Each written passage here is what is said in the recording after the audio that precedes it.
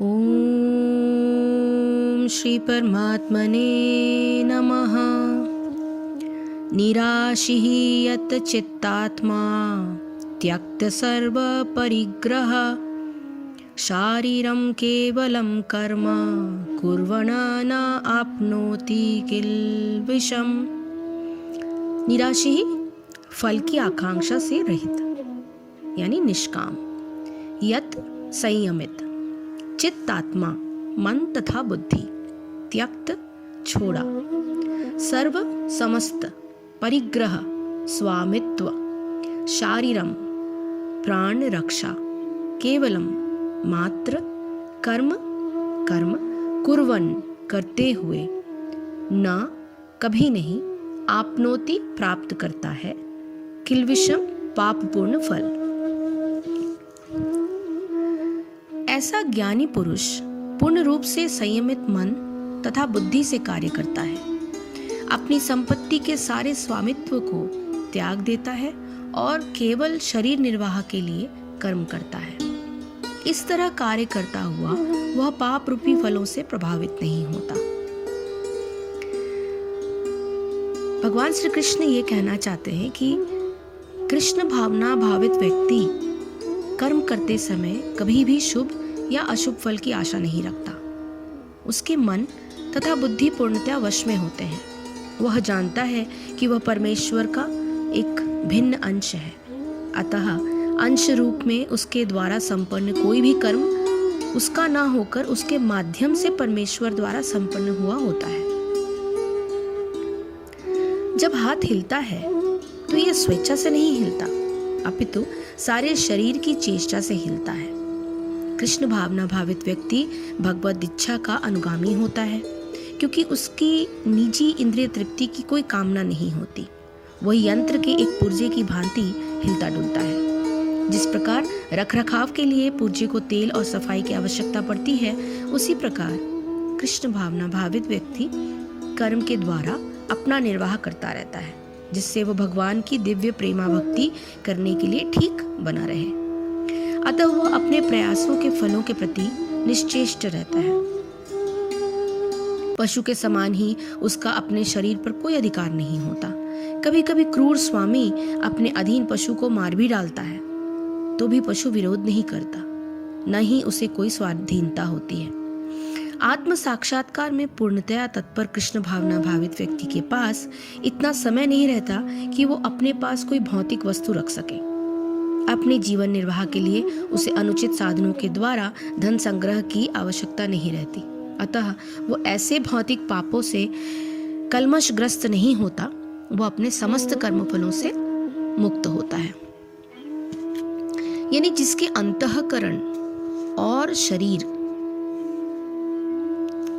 जीत लिया है तथा संपूर्ण भोगों की सामग्री के संग्रह को जिसने त्याग दिया, ऐसा आशा रहित पुरुष केवल शरीर संबंधी कर्म को करता हुआ पाप को नहीं प्राप्त होता। तो सरलता पूर्वक जीवन यापन करने वाले को भगवत प्राप्ति कैसे होती है, वो इसमें बताया गया है कि जो मनुष्य केवल शरीर निर्वाह संबंधी कर्म ही कर पाता है और शास्त्र द्वारा निर्धारित यज्ञ ज्ञान तप इत्यादि के लिए उसको समय या सामर्थ्य शेष नहीं रहती, उसको कोई पाप नहीं लगता। परंतु शर्त यह है कि शरीर संबंधी सब कर्म करते हुए उसने निम्नलिखित बातों का पालन किया क्या? अगर उसने किया हो तो वो किस प्रकार हो? पहला, आशा रहित होना।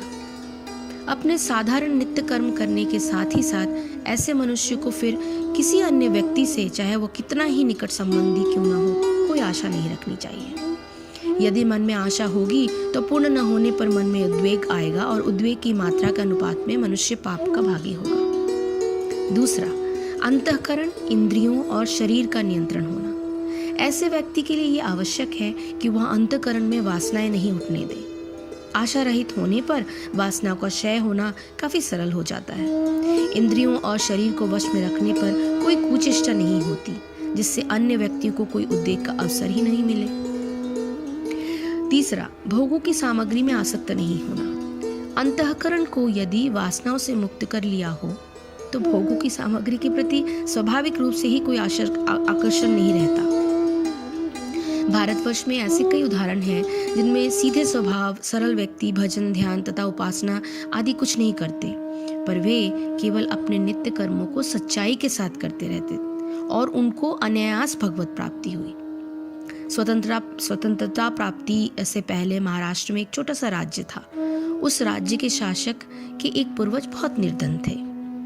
वे देवी के अनन्य उपासक थे, परंतु उनकी पत्नी सीधी सादी ग्रामीण महिला थी और अपने घर के कामकाज में ही लगी रहती थी। एक बार प्रसव काल आने पर वो बेचारी घर में बिल्कुल अकेली थी। उसके पति भी कहीं दूर गए हुए थे। उस समय देवी उनके पति के बहन के रूप में प्रकट हुई और उन्होंने प्रसव संबंधी सारे कार्य संपन्न किए। यद्यपि उनके प्रतिदिन देवी की आराधना करते थे, तथापि उनको देवी के दर्शन बाद में हुए। इस घटना का विवरण उक्त राज्य के शासक महोदय ने अपनी आत्मकथा में दिया है, जो संभवतः 1960 में प्रकाशित हुई थी।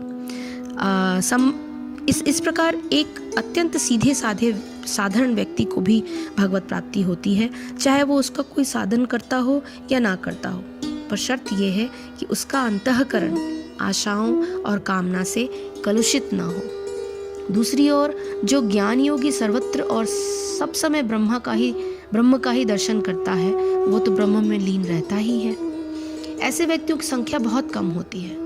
कर्मयोगी भी सारे कर्तव्य कर्मों को करता है, परंतु फल में आसक्ति ना होने के कारण वो अपने कर्मों को अकर्म में ही बदल देता है, अतः वो भी कर्म बंधन में नहीं पड़ता। इसे बताते हुए आगे के श्लोकों में भगवान कुछ और बहुत खूबसूरत चीजों का वर्णन करेंगे।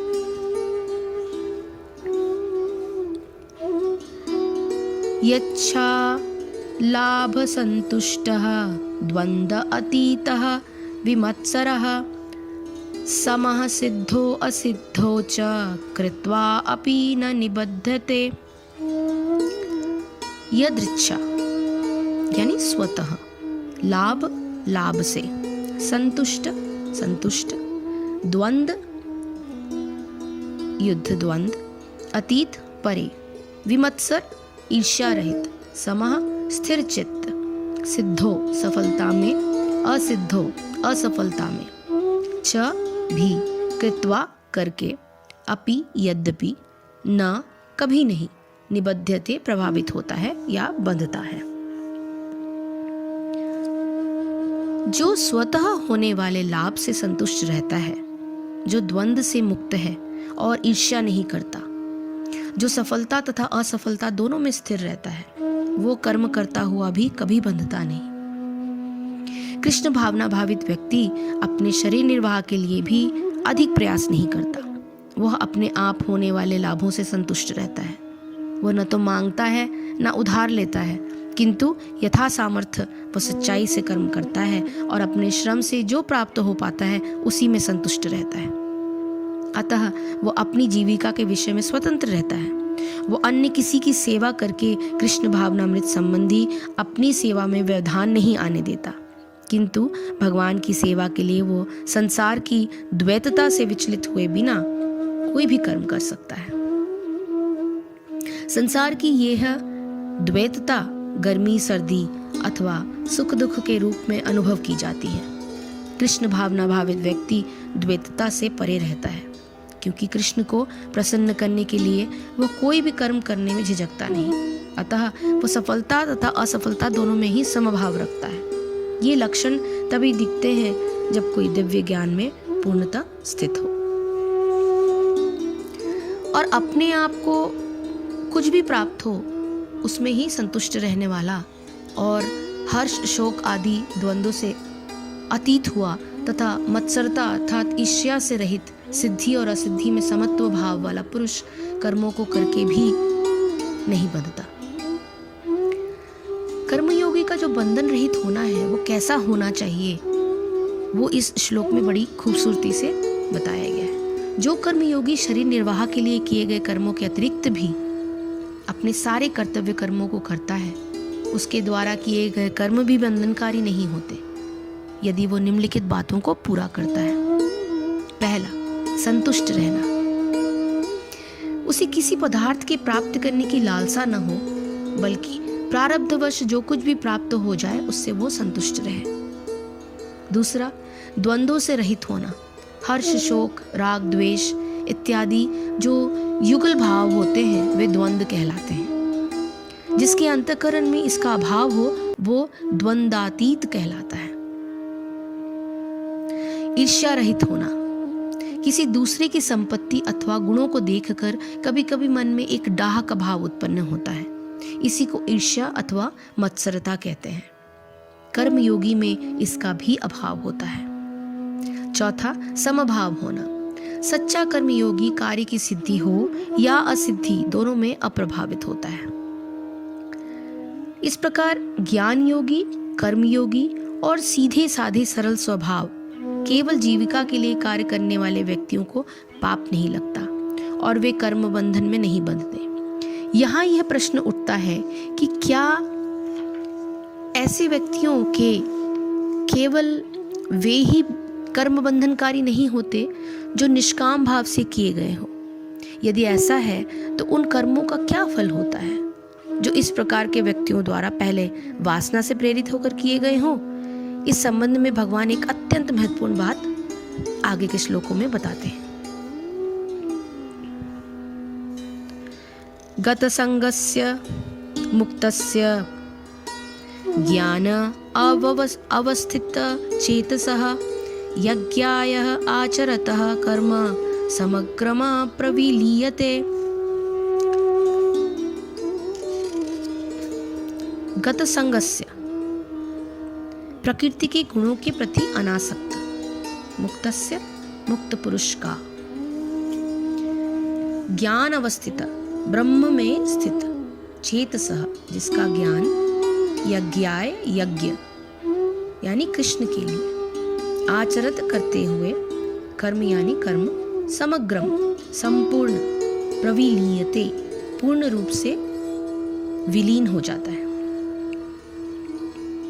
जो पुरुष प्रकृति के गुणों के प्रति अनासक्त है और जो दिव्य ज्ञान में पूर्णतया स्थित है, उसके सारे कर्म ब्रह्म में लीन हो जाते हैं।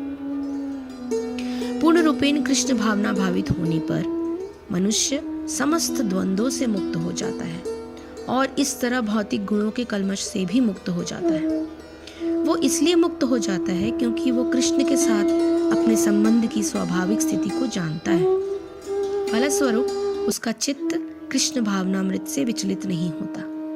अतएव वो जो कुछ भी करता है वो आदि विष्णु कृष्ण के लिए होता है। अतः उसका सारा कर्म यज्ञ रूप होता है, क्योंकि यज्ञ का उद्देश्य परम पुरुष विष्णु अर्थात कृष्ण को प्रसन्न करना है। ऐसे यज्ञमय कर्म का फल निश्चय ही ब्रह्म में विलीन हो जाता है और मनुष्य को कोई भौतिक फल नहीं भोगना पड़ता। क्योंकि आसक्ति से रहित ज्ञान में स्थित हुए चित्त वाले यज्ञ के आचरण करते हुए मुक्त पुरुष के संपूर्ण कर्म जो हैं वो नष्ट हो जाते हैं। यदि कोई व्यक्ति केवल यज्ञ के संपादन के लिए कर्म करता हो तो उसके संपूर्ण कर्मों की राशि विलीन हो जाती है। पर ऐसा तब होता है जब वो आसक्ति देहाभिमान और ममता से रहित हो और उसका चित्त निरंतर परमात्मा के ज्ञान में स्थिर रहता हो। यहाँ यज्ञ का तात्पर्य केवल हवन रूपी क्रिया से ही नहीं है। सभी कर्तव्य कर्मों को स्वार्थ रहित बुद्धि से और समर्पण के भाव से विधि पूर्वक करना यज्ञ ही कहलाता है। यहाँ ये प्रश्न उठता है कि यज्ञ कितने प्रकार के होते हैं। अतः अब 7 श्लोकों में, यानी अगले जो 7 श्लोक आएंगे, अब 7 श्लोकों में ये यज्ञ के विषय में बताते हुए भगवान आगे के श्लोकों का वर्णन करते हैं। हरे कृष्ण कृष्ण कृष्ण हरे हरे, हरे राम राम राम हरे हरे। जय श्री कृष्ण, जय गुरुदेव।